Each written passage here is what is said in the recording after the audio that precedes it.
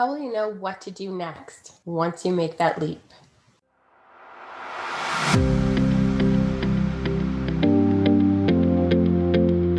You're listening to Raise the Anchor with your host, Melissa Burbridge, where we take you through life-changing decisions and dig deeper into those decisions to see how they affected the people that made them. Today's guest will definitely help us know what to do. Please welcome to the show, Jen Warrington. Today's guest has been doing recruitment for over 10 years. Now she owns her own business where she helps employers find the proper employee, and she puts the proper employee in the right job. She also helps them figure out the exact right job they want to do. Welcome to the show, Jen Warrington. Welcome to the show, Jen. Thank you. So let our listeners know what you did before owning your own company. Sure. So I have been a recruiter for almost the last 15 years, but had a sales background before that and lived in Toronto previously for a couple of years working for a financial advisor. But when I moved back home in 2006, started in the recruitment field working for a staffing agency. So my passion for recruitment and careers started in that space, which was essentially a sales role at the time, and then moved into the natural progression of learning how to do the recruitment piece of things. So it's been quite a journey. And what do you do now with your own company? So I have two pillars in my business. One is around career coaching, or I call it career designing, and really working with individuals who are trying to figure out what it is that they want to do as a career, or at a transition point or a change. They know that something's coming. So working with them to uncover that, as well as resumes, cover letters, LinkedIn profiles, prepping individuals for interviews, to help them feel more confident as they're going in, because they're selling themselves, and that's not always an easy thing to do. So I really have a lot of focus on the career coaching piece, especially in the time that we're in with COVID and lots of changes happening.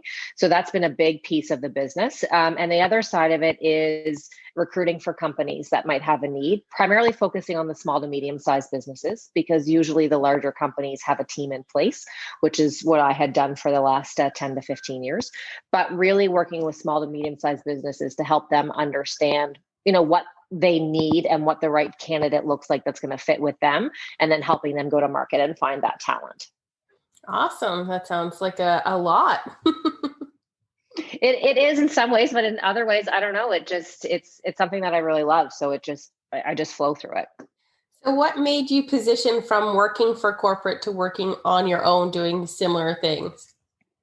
So if you had asked me this question a year ago, I would have said that I probably wouldn't have transitioned onto my own. Like, it was always something I wanted to do. And I knew that I always wanted to have my own business. I didn't know what that was going to look like. And probably over the last 20 years, I've had a million ideas and a bunch of different notebooks of something that I could do. But I was very comfortable in my 9 to 5. I was almost 10 years with a financial services organization where I did recruitment and loved it. And they went through a global restructure on the HR side of things. And I was one of those individuals impacted. And I don't want to say the shock, but it was a bit of a shock. I wasn't really expecting it. Once that wore off, about an hour after the phone call that I received, I said, like, I'm not working for someone else. I'm gonna do it this time, knowing that I had a small buffer in terms of a severance, as well as, not wanting to hit the market in the middle of COVID to try to find something else. And I said, okay, I'm going to come up with a plan. And what is it that I love to do? And this is where I landed. So it's something I've always wanted to do. I didn't know what that exactly was going to be. And that little nudge out of my 9 to 5 is what sparked it. And it's the best thing that could have ever happened. Yeah, it sounds like a blessing, because you're such a powerhouse at what you do that it's kind of a blessing, even though we don't want to see ourselves in a pandemic or restructured out of our current job. It's kind of a blessing because you're helping so many other people be able to get to do what you're doing. And I was doing it in my 9 to 5 role. Like, I would prepare candidates, like, okay, you're going into an interview. These are the types of questions that are going to be asked. I would tweak a resume before I would submit it to a hiring manager to make sure that the skills that I knew someone had were going to be highlighted.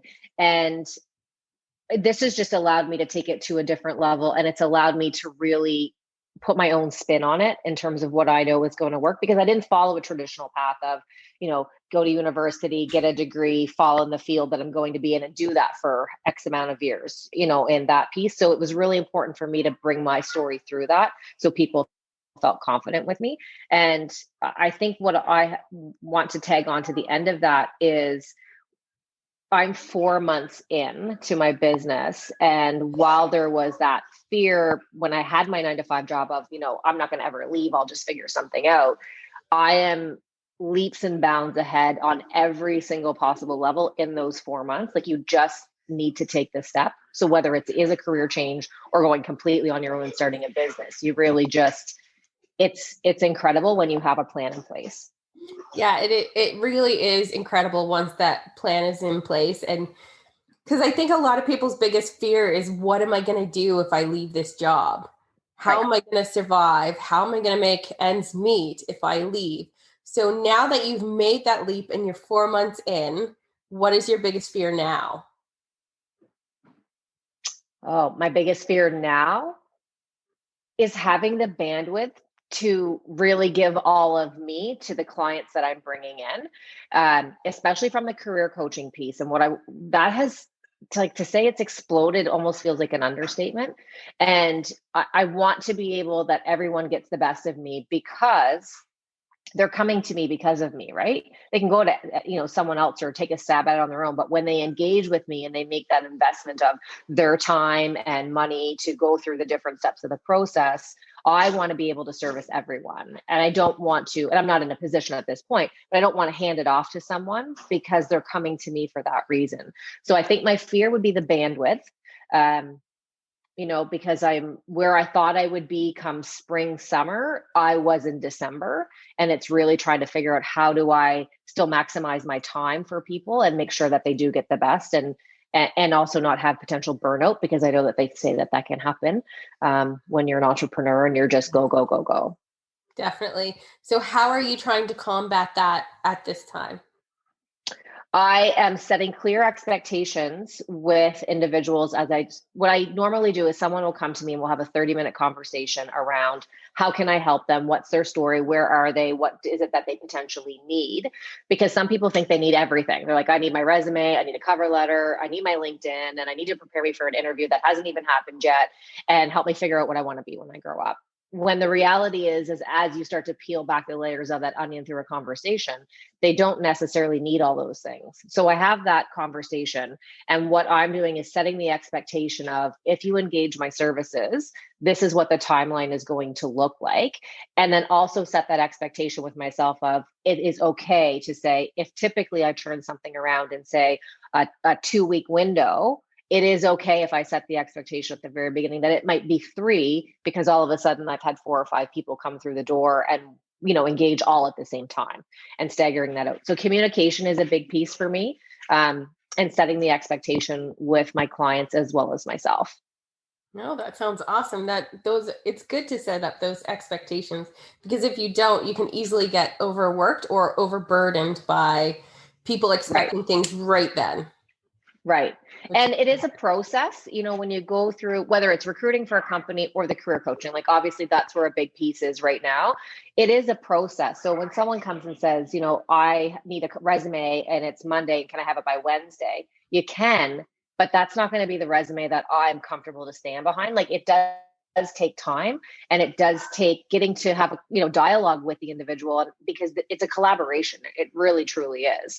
And being able to say, what, in urgent situations, obviously you make things happen, but it's really to be able to say, this is what it looks like, because it is a process. Anyone can download a template offline or online through Google, or even through Word. You can do that, and you're in a situation where you're doing it on your own, but there's way more to it than that.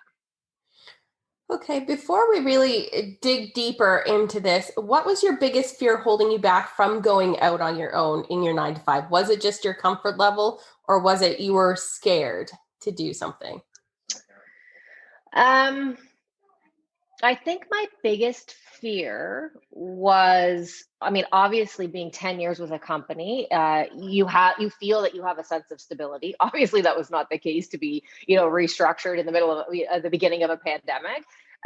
So I think there was that stability of like I had a good salary, I had good benefits and pieces like that, and then were the clients going to come, or what I was going to do, was that going to take off? So I think it was that. I also think that historically and traditionally you're told, once you have a good 9 to 5, like you ride the wave, and I believe that worked for a long time, but I don't believe that that's the world we live in anymore. And I think it's just it's reprogramming the mindset of the things that we were taught, from that perspective. No, definitely. We do have to have that mind shift. Sometimes people don't realize that they're better as an entrepreneur than they are as a nine to Right. five employee. Um, Absolutely. so how did you choose to do what you're doing in your business? Well, I knew that it was going to be around what I've been doing for the last 15 years because I love it. And that was the thing. I would have told you a year ago, I'm super happy in my job. What I realized is I was content because I was loving what I was doing. Maybe not in that platform anymore, not realizing it. But what I did was, once I knew, okay, I'm going on my own and I don't know what that's going to look like entirely, I was fortunate enough that I was introduced to an individual who had a program, like they're a business consultant, and they had a program of taking everything that was in my head and helping me to go, it's great that you have 1,000 ideas, but let's whittle it down and figure out how it's going to best serve you to move it forward. And I worked with them through a 10-week program in April and May, and started doing some things behind the scenes, so that when September came, I was going to be ready to go and really work through honing down to what my niche was, and knowing that, the career coaching piece, could I do that entirely on its own? 100%. But I want to be able to take the people that I do that with and then make introductions to other organizations who are going to need that talent. So that's how we came with the 2 pillars on it, plus No, a whole bunch of stuff tucked away that I want to do as well. no, it's good. It's good to focus in the beginning and then branch out as you have that solid Absolutely. foundation. We learned that a couple episodes ago from Dave Reynolds. Have that Right. solid foundation before you go up. And I love Dave Reynolds. I'm a huge fan of his. Yeah. Yeah, he's pretty good at what he does. Yeah. So how can our listeners narrow down on what profession they would best be suited for, whether it be an entrepreneur or an employee? I think, quite honestly, it's important that you talk to someone outside of your immediate circle, right? Like, I think that you probably, not probably, you already know what is inside of you and the route you want to go.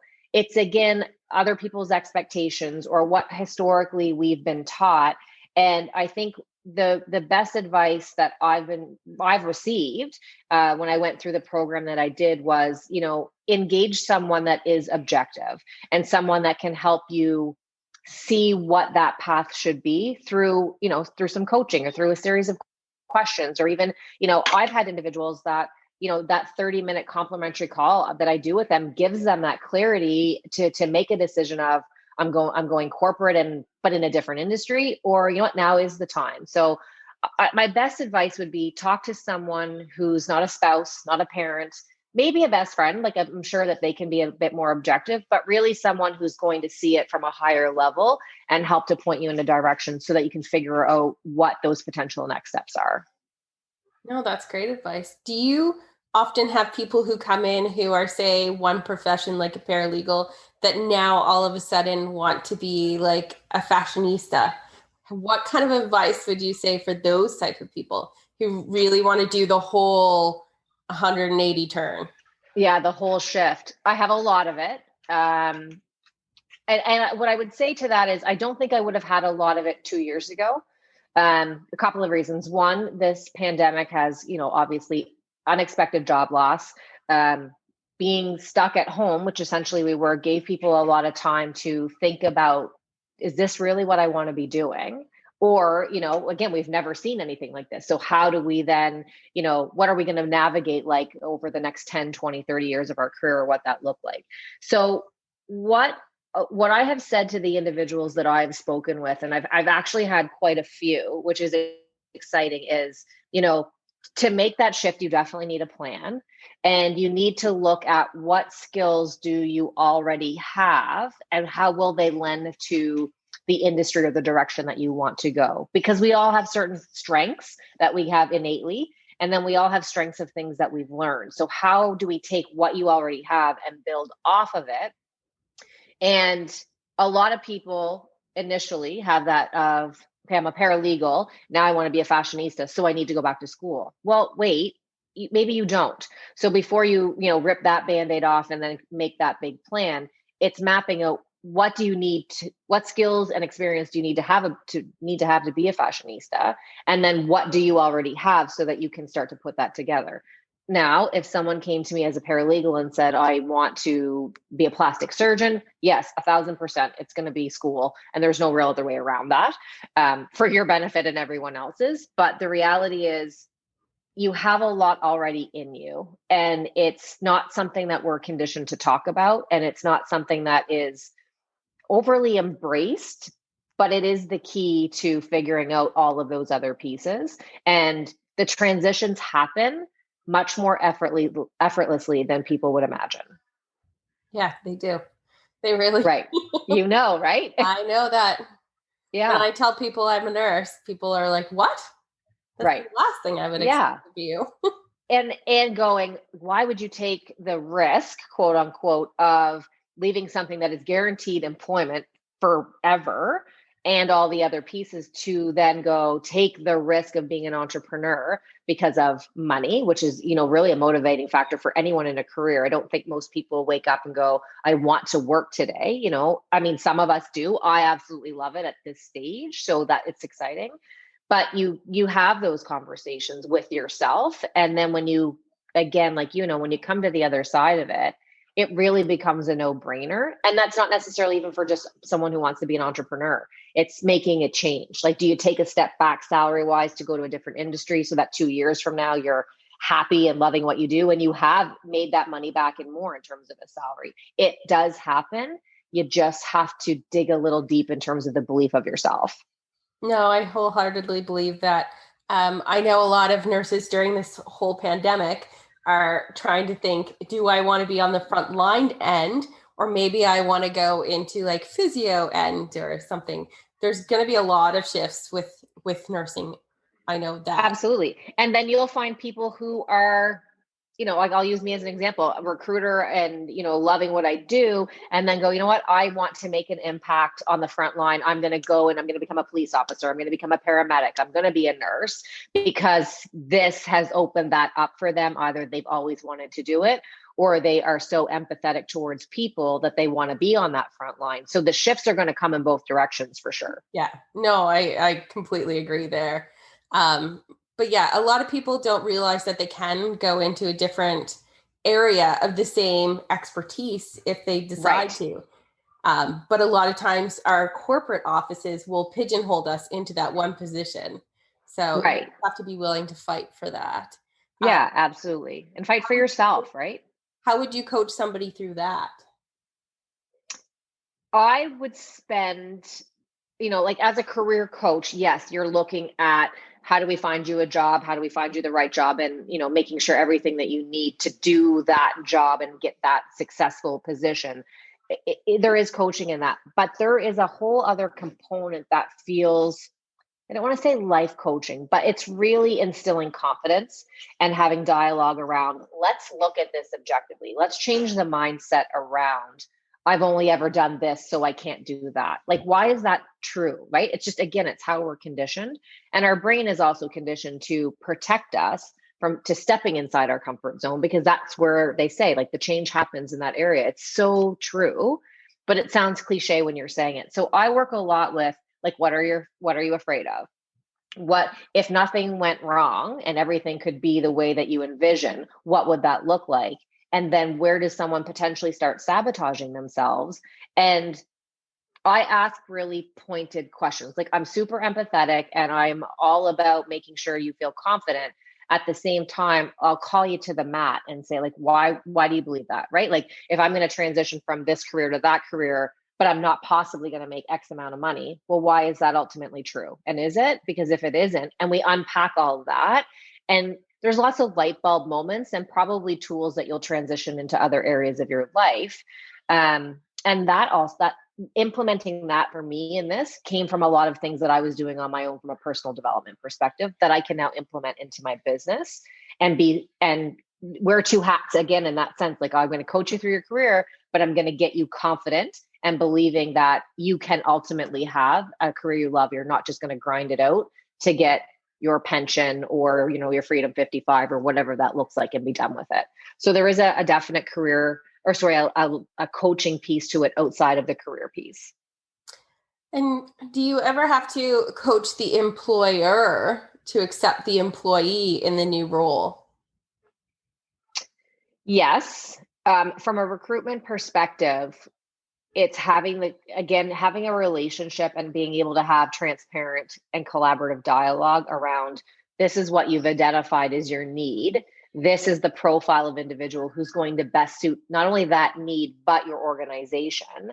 And sometimes those two visions don't always mesh, and it's being able to say, like, let's look at this individual on paper, and then let's look at the pieces we've gone through in terms of interviews and feedback. And really, for me, which is why I loved the recruitment that I was able to do inside corporate versus agency, was you were really a collaborative strategic partner, and you could say, like, look at how we could progress this individual, think about these strengths, think about where you can fill in these gaps, and rather than just hire someone and off to the races. So it's coaching them as well, making sure they know the right questions to ask in terms of what's important to them company wide, but then as well for the position and the individual that comes to the table, and really building that relationship of trust so that they'll lean on me for that input, not just thanks for the resumes and thanks for the candidates and I'll let you know how we make out, because that's not how I want to do it. Yeah.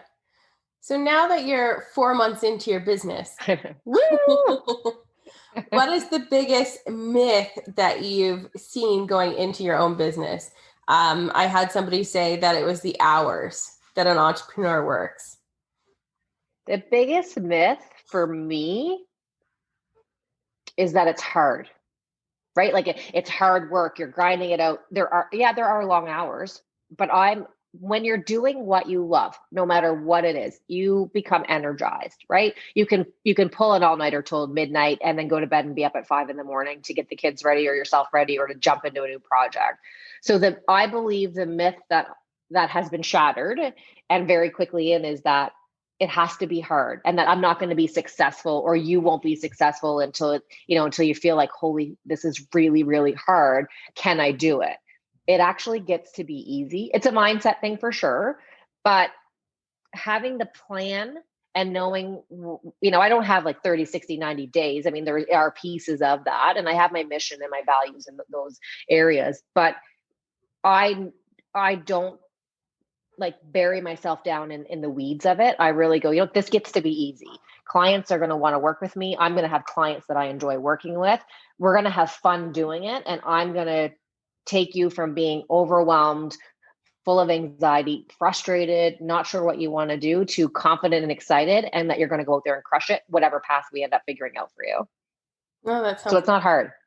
No, it doesn't have to be hard. Not at all. But have you found yourself like taking on every client, or have you found yourself starting to find those clients that align with you better? On the career coaching side, the majority of people have aligned with me because everyone's in the same starting point right now because of COVID, right? Like everyone is literally regardless of your 2 years into your career or 40 years into your career. And there are a lot of people 30 to 40 years that want to make a change and keep working because they're healthy. We're all at the same starting point right now. So the majority of the people have aligned with me in that sense.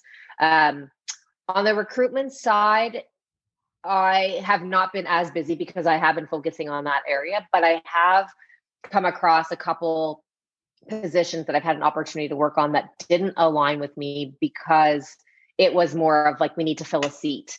And if you need to fill a seat, I'm not the right person for that role, because I believe it's going to cost you more money long term, and it's going to give someone a negative career experience. And I'm trying to avoid that on the opposite pillar, right? To Yeah. make sure people love what they do. So when it's, I just need to fill a seat or find me someone really quickly at a lower salary than what I really know that person should be paid, I tap out pretty quickly because it doesn't align with who I am. And do you find And I don't want to put one of my candidates, I wouldn't want to put one of my candidates into that, knowing that I'm then responsible for potentially a really negative experience for them. Yeah, you don't want to do that. But do you find it easier to be able to do that now that you're your own company than you would in the recruitment for a corporation? Agency world. So I was in agency world from 2000 and late 2006 into 2009.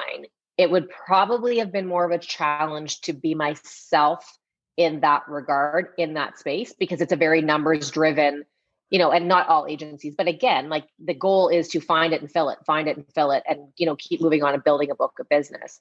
Corporate, it wasn't a find and fill. It was, again, a bit of a slower pace, and you really work through what are the needs of the organization. That gave me a lot of leeway, and it allowed really who I am in terms of a professional and even personally to be able to say, you're making a bad hiring decision, and here are the reasons why. This is the right candidate, and here are the reasons why. And to have that voice because again, I was part of the company. So I think I honed those skills really well over the last 10 years to be able to say, this works and this is why you need to trust me, or this isn't going to work and these are the reasons why you need to trust me. And I've just carried that piece over. Like, that piece comes naturally to say something's not right here and I'm going to speak up on it, which probably can be a fault in some ways. But in this space, it has allowed me to paint a picture for the person who is either hiring or moving into a role, so they know exactly what they're getting and having the foresight to do that. Awesome. So I forgot to ask you, what is career matching? I found that on your website. Yeah. So career matching for me is more on the recruitment side, and that I'm not just going to fill a seat, right? Like, I'm going to say to you, Melissa, if you're hiring whatever position, help me understand the position, what they're doing, help me understand your team, what that looks like. And then ideally, what does the individual that I'm going to go out and find bring to the table, and look at all of those pieces and then start putting the puzzle together. And I use matchmaking. I know, and it's a funny term in a way because you think of dating, but it's the same thing as everyone has a list of their criteria, right? And they're not, you check that list. And I want to make sure that when I bring a candidate or a candidate pool to the table, that it's going to line up for both sides. I have told people for years that I know you're interviewing for this position and I know you really want it, and that's great, but you are interviewing our company as well. And if at any point you don't feel comfortable, we need to have a conversation to work through that, because I don't want never wanted people to feel like they couldn't ask questions. And that one question you didn't feel you could ask of me or the hiring manager determined how 6 months you were like, this, I should have taken that position or I shouldn't have taken this position. So I'm very much about, you're both going to match. It's going to work for both of you, not just you need a job and they need a person and we'll hope for the best. Like, I really don't, that doesn't bring any value to anybody. No, I like that. And it costs a company a lot to hire somebody on, because you have to do all of that training. So I love that you have it in the matchmaking sense, that you know that the money they're going to invest into that employee is going to come back to them tenfold.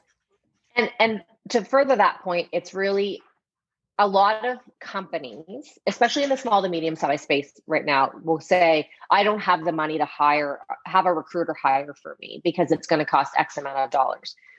One, yes, it is. Two, I do it differently in terms of a cost effective model. But either way, there's still an investment.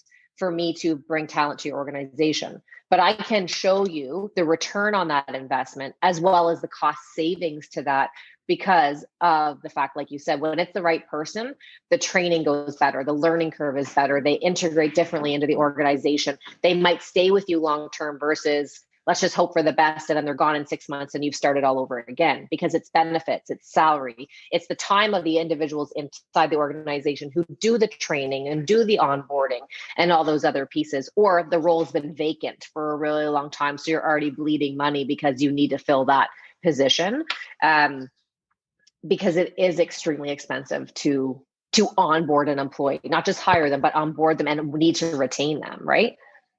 Yeah, no, it's definitely a huge cost that I've seen many, many times. Right. Yeah, I absolutely. hated the rotating nurses, because then you're like, well, are they actually going to be able to help me? Or anyways. Right. Yeah, absolutely. So what does having the right career do for a person in your experience?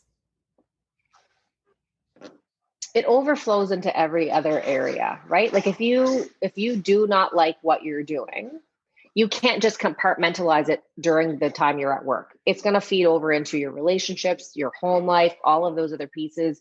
You're going to feel, it's going to start to eat away at you emotionally as well. I've seen it. Like, I actually lived it. I mean, it was more than 20 years ago, but I worked for a contact center here in Halifax, and it was like, you know what, it's a great job, it's a great salary, there's opportunity, but I didn't love it. And it got to a point that going to work, you started to, oh, I got to go to work in a couple of hours, or you don't feel good, or, it can make people physically ill. Like that's an actual real thing. And I remember after that point of, I did not like going to work at all, that I was like, I will never do a job again that I don't enjoy.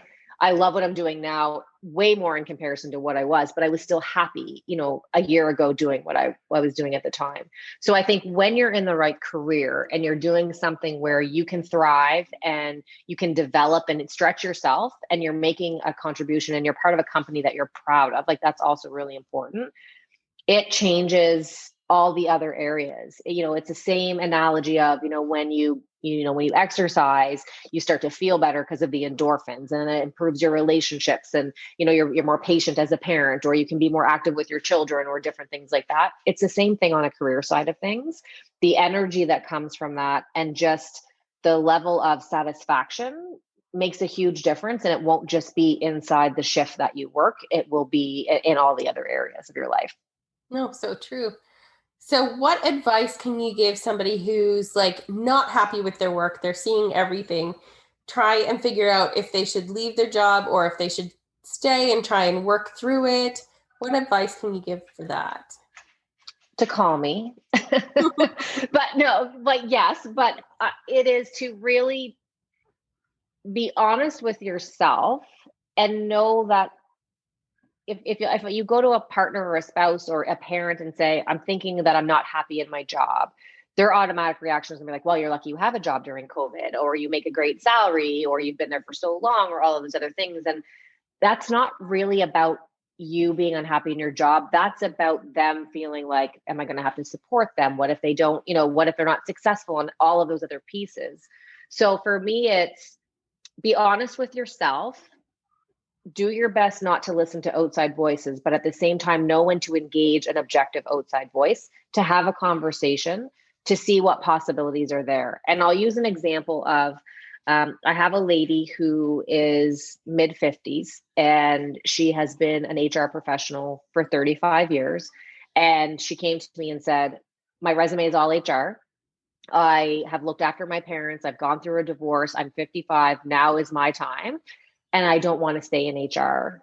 But when I talk to my parents, they're like, you're close to the end, of when being able to retire and just kind of ride it out. And through our dialogue and conversations, we've completely pivoted. And she's going to take all the skills she's learned from her HR career, which is like empathy and working with people and being able to navigate really tricky situations, to she's going to transition into supporting families as they move their loved ones into long-term care facilities. And how can she help them?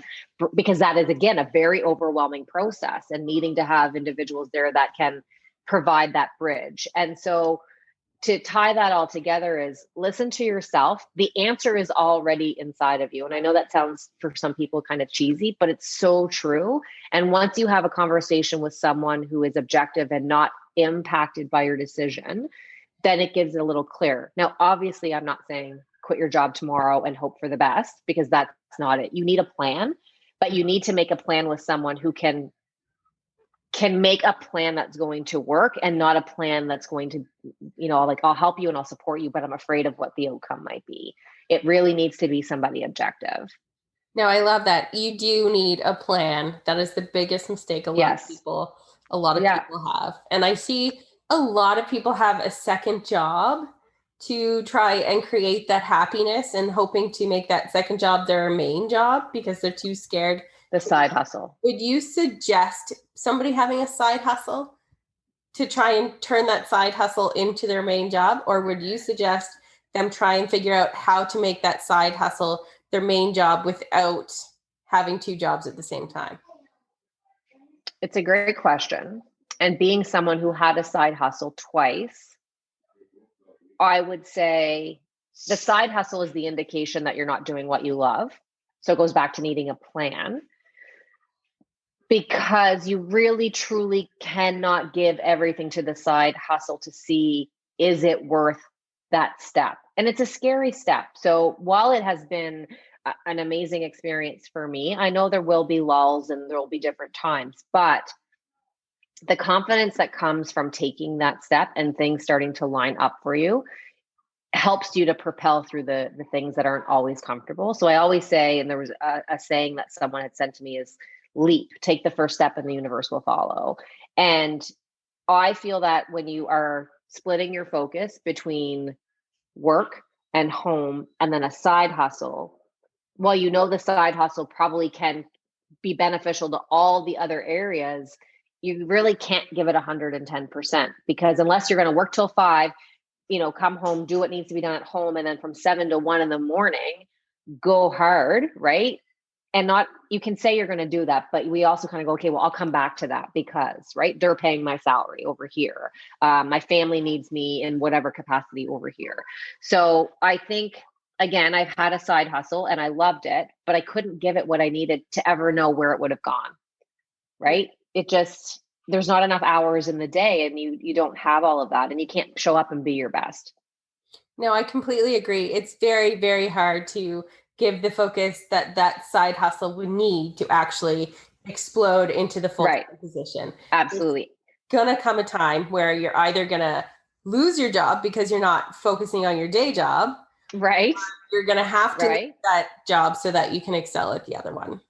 And I would say, if you have a side hustle right now and you want to make it your full-time piece, make a plan, right? And have the conversations around, what does that plan look like? Again, someone objective, right? Because I know that if 3 years ago I had gone to my husband and said, okay, this is my side hustle and I've got my great job over here that's paying me really solid money, especially for living in Nova Scotia, right? Because there are differences in terms of salaries. I want to be able to rip the Band-Aid off. And he would have been like, are you insane? Because there was nothing to show that was going to gain any traction, because I hadn't put the focus into it. But by going to someone else and saying, hey, Jen, or hey, whoever, as an objective party, how can I make this my full-time gig in the next 6 months? Well, then we put together a plan, right? Or you go, these are the directions that you need to go in. Having someone else outside your family also gives you a different level of accountability to make sure that it happens. And I believe in that wholeheartedly. No, I do. And definitely call Jen. Definitely call Jen. She does. Thank you. So who motivates you to keep going every day? Who motivates me to keep going every day?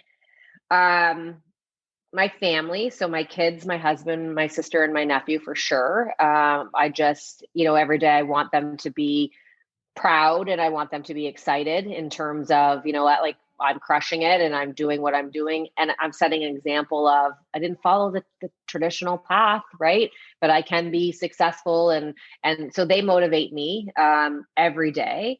My clients also motivate me, because I want them to be like, I want to be as happy as what Jen is by the time I'm done this process with her, right? So I want to come and show up. I have a lot of energy. I'm like, oh, we can do this and this is going to be great. And I, that can be overwhelming for some, but to show them the light at the end of that tunnel and they see that, I want to give that to as many people as humanly possible because I think it's important. And I think, on a more emotional level, I'm really motivated to build off the legacy that my mom left. Again, didn't follow a traditional path and was really, really successful in the space that she was in, and really just take that to the next level in her honor. Like those are the three buckets that I would say I would follow for what and who motivates me. No, beautiful. There's nothing like that customer satisfaction to just light up Yeah. your process. I do a lot on Zoom. So the first time I meet someone, it's in a form where we're looking at each other through a screen, and I'm up here and I'm like, okay, like tell me about you. And I want to know all these things. And I'm going to ask you some questions, and there might be tough ones, and go through all that. And people are sitting, and when you're deflated, you're kind of like, here I am on Zoom, but I'm going to put my best foot forward as best I can, but you can see it. And to have that at like the beginning and then get to the end of the 30 minutes and they're like, you know what, Jen, I can do this. And I want you to help me because I now believe that I have what I need, or I can bring this to the surface. That for me, like I get off those calls and it's like I'm on a sugar high. Like I'm just so up there because that's all you need is just someone who's going to like help you reframe some of that. No, I love it. So going back to your side gig for a second, yeah, do you feel more supported now by your family than you did when you had your side gig? Yes, Yeah. 100%. Right? Because I'm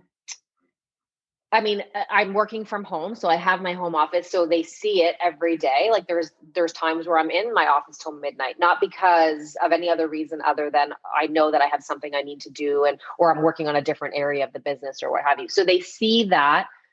They don't see a split of focus aside from my family life and then my business.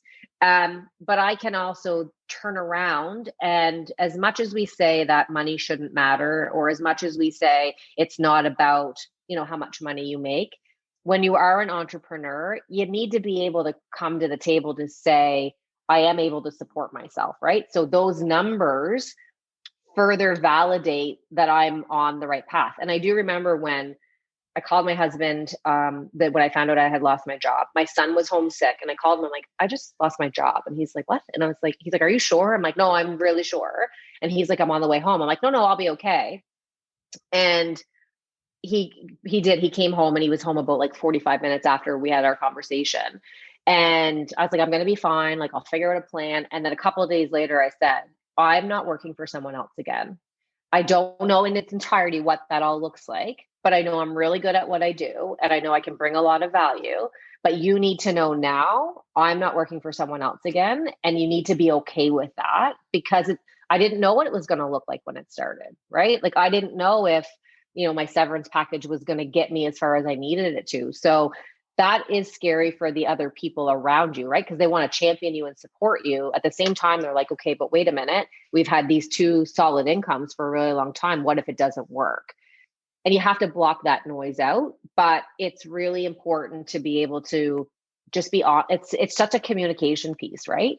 Yeah. From that, but they definitely would see a difference because I'm all in. Like, right, I'm either mom and wife, or I'm all in on my business. And they're seeing it grow, and they're just like, oh my God, like this is great. Like this is exactly what you're meant to be doing. Yeah, and it's nice when they finally come around to do the support, because you do feel more confident in what you're doing, and then you don't have to listen to the noise of why are you doing that? Why are you Right. taking time away from us? Right. Yeah, absolutely. And what I would say to that is, and it's not easy for everybody, and at certain points, no, it wasn't easy for me, but you need to block out the noise of your parents, your spouse, your, if you have adult children, or, or anyone, because they're coming from a place of concern, but they're also coming from a place of like, this is unknown, and we're automatically programmed to not do the unknown because our brain doesn't know what it is, right? So it's really, you do have to block out the noise, because if I had not had that conversation of I'm not working for someone else again, I'm going to do this, I could have picked up I had two job offers within the first week of, finishing with my company, that if I had listened to, if I hadn't kind of drawn that line in the sand, I would have felt obligated because I have a family, I have a mortgage, all of those things. And I would not be here today, 4 months in, happier than I've ever been in a career setting, and would be comfortable if I had to work 6 hours tonight on a Saturday. Like, I'd be okay with that. So I'd say people that have the best intentions for you, but you know your intentions better. And if you aren't sure, that it is in there, and try to block out that noise a little bit, because it's a game changer. It really, truly is. And I'm sure you feel that way too, having Oh, yeah. transitioned from, again, a very stable, secure industry, we'll say, to something that is 5 years ago really wasn't a career, right? Like, you didn't have that option. No, not at all. Yeah. If And you now had, it's going to be, if you a had, career forever. yeah, if you had asked me a couple of years ago if I would be doing social media or coaching women to go into the jobs they want, I would have said, nah, you're absolutely crazy. Like, there's no way I'm Right. doing that. And you probably had people who said, you can't leave a career as a nurse to do social media. Like, and there's going to be connotations around different things of, like, it's not a viable career choice. And I debunk that as often as possible, because if you think about it, and I'll use the example of real estate, like, people that are really successful in real estate 10 years ago or 20 years ago, it was like, I'm a stay-at-home mom and I do real estate on the side, or I dabble in this. But, like, literally, there are men and women in Atlantic, Canada, that make $250,000 a year doing real estate and have made it more than a part-time side thing. And then I just feel that it doesn't fall in those traditional buckets of, lawyer, doctor, accountant, dentist, nurse, whatever. There are so many other opportunities now. And if they're the right fit for you, why do you have to follow a path of resistance? Because really, you're still going to end up in the same place, right?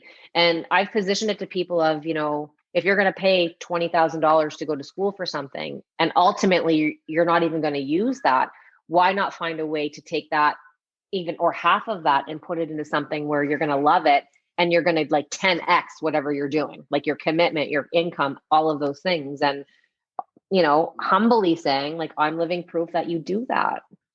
Yeah, you can. You can do, Yeah. you can make that leap and be very successful. You will have those people who tell you you're crazy. Ignore them. Yeah. If it makes you happy, Yeah. why Yeah. listen to them? Absolutely. And again, I'm not saying, okay, tomorrow or Monday morning, you go give your resignation and have no idea what's next. 100% not. But you can literally, from today to, 3 months from now, have a solid plan in place and know where you're going, and then an end date in sight. 100%. And it's not just in terms of entrepreneurship, even though I'm a huge fan of it. And if that's where you're called to, then you should be doing it.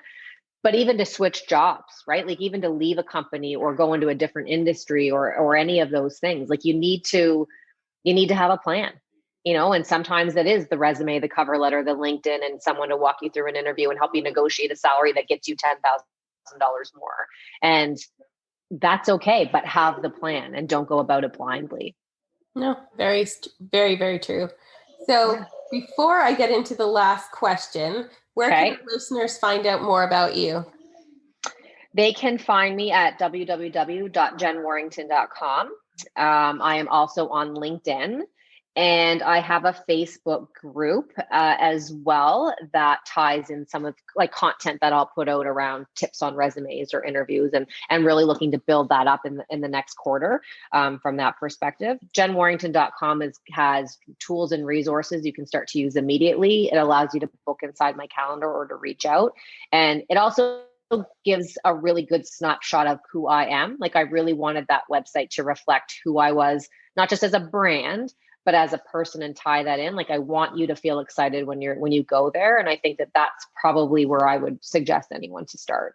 Yeah, definitely check it out. So lastly, who inspires you?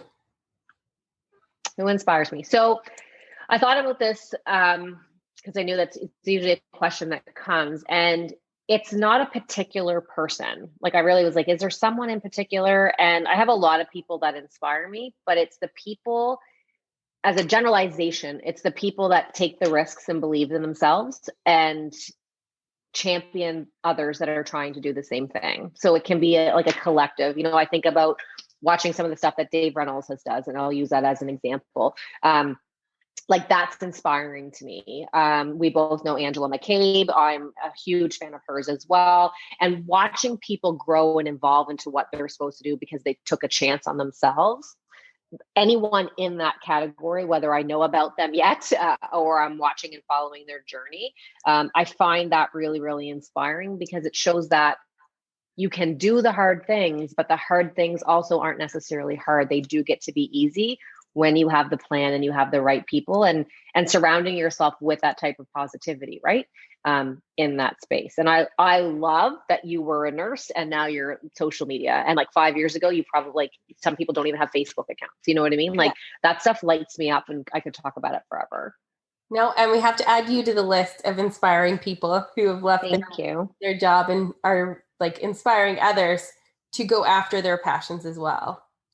Yeah, I honestly, like if nothing else, if a 30-minute conversation just opens someone's eyes slightly and they didn't need anything else from me, then I've been of value and service, I believe. And that's the stuff that is really important to me. So I appreciate the compliment tremendously. Well, thank you for coming on. It's been a pleasure. Thank you for having me. I'm so thrilled.